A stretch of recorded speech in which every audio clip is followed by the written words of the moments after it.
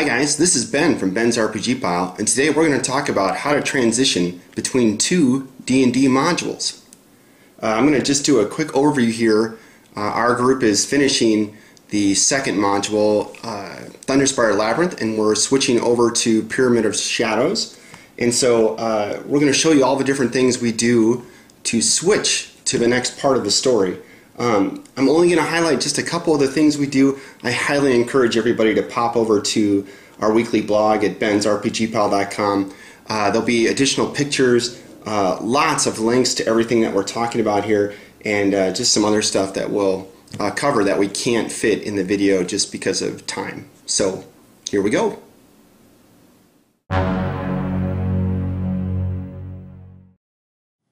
The finale of your current module is rarely a cakewalk. It's a pretty safe bet that you're going to fight the main villain of that module, and he's going to be pretty tough. So you can almost bet on it that 1, 2, maybe even 3 characters might die in your current module. So you have to be prepared to introduce new characters at the start of the next module. There's also a chance that maybe one of the guys playing your game is kind of getting bored with his current character and wants to swap that out for a different class. Or you might have a situation where you have a new member in your game group and you need to introduce that character. Regardless of what the scenario is, we created this handy little worksheet with RPG Musings, which is DM Samuel's website, and it just gives you some ideas and questions to ask to help introduce that new player into your game.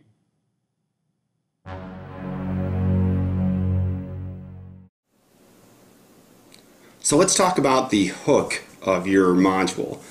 Very, very important part of the storyline to ensure that one story syncs up with the next story that your game group is going to play. So you need to get the hook or the quests, the goals, whatever you want to call it, and you need to know how you're going to start to incorporate those into the module you're playing so that when you go to play the next one, it's smooth as silk. And I like to do lots of subtle clues and hints along the way. Now in Thunderspire Labyrinth, they're supposed to go find the Pyramid of Shadows, and I just thought the hook, or it was just too boring and there wasn't enough there. So early on I decided to do a little homebrew, and I made these puzzle pieces that the group collected off of monsters that were really just apparition kind of things. And once they had all these clay pieces and put them together, it formed a map and showed where the Pyramid of Shadows is. Okay, I had to figure that out early on in Thunderspire Labyrinth, and so I encourage you guys to think about what your hook is going to be. After Pyramid of Shadows, which is, I mean, we haven't started yet, we'll probably be playing the King of the Troll Haunt Warriors, or Warrens, sorry. And so I already have started to just browse this to understand what the group could be playing and get an idea of how I might start to drop hooks into the module they're about to play, so it's just more natural. So I've read this module.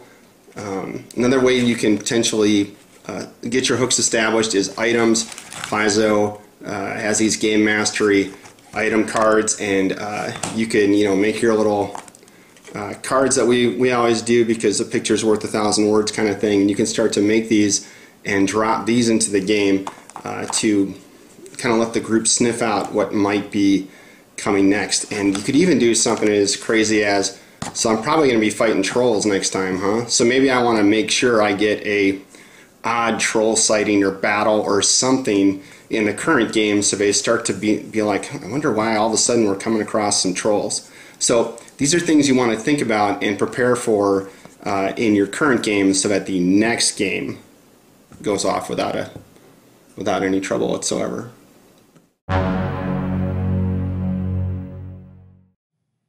I think a lot of RPG players out there will agree that one of the toughest things about a module is just keeping it all straight in your head and remembering everything from session to session. Our group is no stranger to this. We don't play every week. We can have some pretty significant breaks between sessions.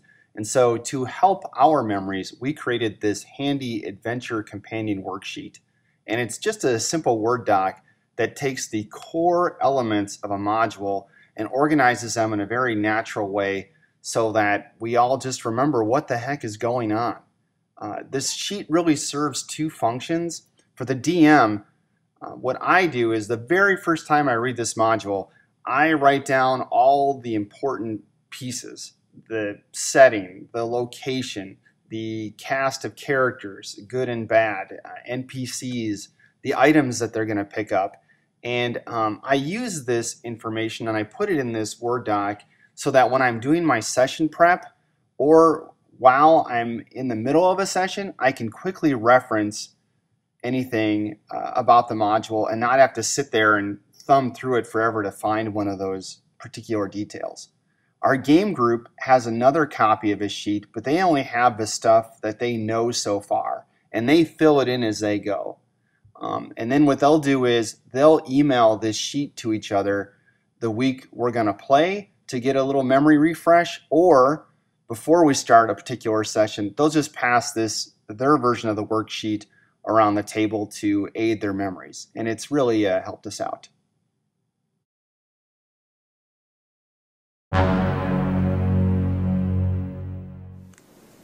Another important point about transitioning from one module to the next is checking your current supply of RPG accessories and then figuring out what do you need, what do you have to get in order to make the game enjoyable for everybody. And so the first thing I always think of, and this is probably no surprise because I love me some miniatures, is the miniatures. So this is an important part for me, and it's really where I get almost all my enjoyment, guys. I just can't tell you how much I love miniatures. But I knew I was going to have a big town setting or as part of my transition when the group travels towards the Pyramid of Shadows, and so I'm like, I gotta get me some townsfolk. And I was on the hunt, and I was lucky enough to meet this amazing person. His YouTube channel is Cat at a Fish, and his name's Terry. He's just the nicest guy. And he's a big league painter. The boy knows how to paint. And he just expressed his thanks to me one day, and he offered to send me a painted miniature, and I said, hey, I could use a townsfolk. And he painted me this whole set of Reaper townsfolk, and this is just a few of them. I highly encourage you to go to his YouTube channel. He actually did a great series about how he painted these, and there's over a dozen of them, but he's got just great video and pictures of how these turned out. But so metal miniatures are a biggie. Gently move those out of the way. One of the best things about Pyramid of Shadows, I think, is there we go, is there's a lot of settings. It's not just a tomb or Egyptian stuff. It's actually kind of a world in itself, and there's all sorts of different environments.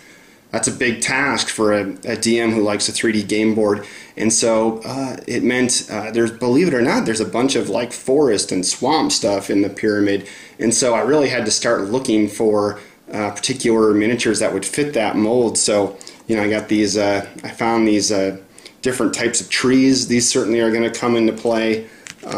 You got your standard D&D swamp kind of miniature there, but I'm still looking, right? And so this is an elemental bog.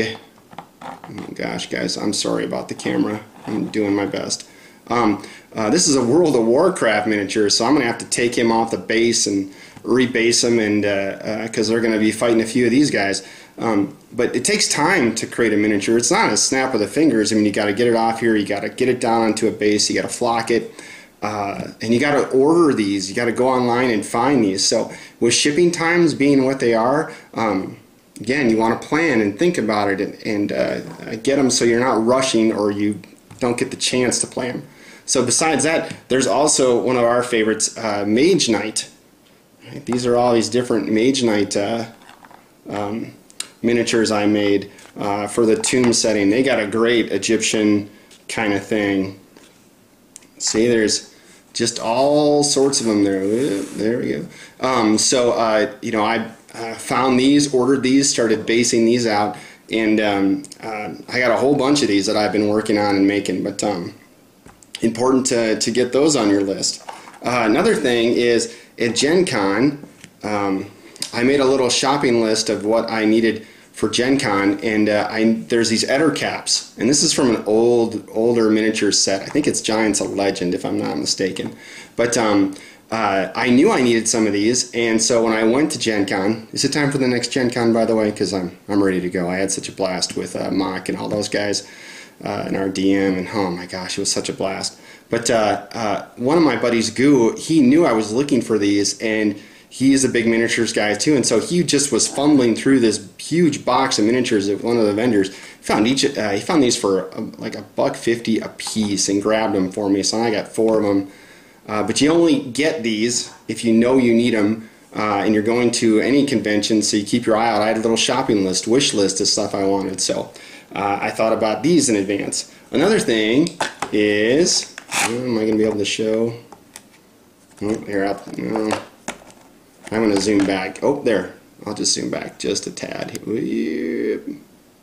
This is Arkham Horror, right? So there's a part in the module where they have to fight some carrion crawlers, and I don't have multiple carrion crawlers, and there's one goofy one in the wizard set that has a helmet, for God's sakes. It just looks ridiculous.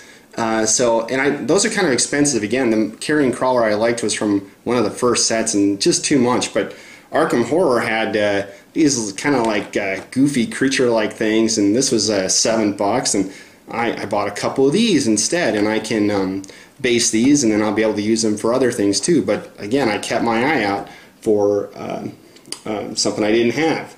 Okay, but it's not just miniatures, right? There's also terrain. Again, I'm going to set the module up where it's a little bit more tomb heavy than it might appear to be, but that's okay. A module is a guide. It's never meant to be absolute. But so it meant new Hearst Arts pieces, and these aren't quick to make, you guys. This project is called, for us, we have to give it a little code name, hip code name, called Project Red Rover. And I started working on these. We're on part 19 of the series, and I started working on these, maybe it must have been 6+ months ago, and I'm not even close to done. But I knew I was going to play the Pyramid of Shadows next. I started planning. I needed a big supply of these, and so I've just slowly but surely been making them. And I'm really excited to be doing all the different types of environments and terrain in Pyramid of Shadows. I'm kind of relieved it's not just a fieldstone kind of dungeon or just outdoors. It's kind of everything, and I'm going to add some outdoor adventures to the beginning of Pyramid of Shadows so that I can use some of my outdoor terrain, and I got a ton of it at Gen Con. Wait till you see all the stuff we'll preview. But this was one thing I got a while ago, and I've got a whole bunch of these. Some guys at Gamers Inn made these for me. But, you know, so it's stuff like, oh, look at that. Yay! So I'm going to put a couple encounters in there, and in the pyramid, you almost sometimes feel like you're outside. It's really wild, and so I'll probably use these even within once I get into the pyramid. I wanna be seduced. I want a woman to take me out to dinner for 2. I'd like to see her flirting with the thought of what a little flirting ought to do. I'd like to be real cool.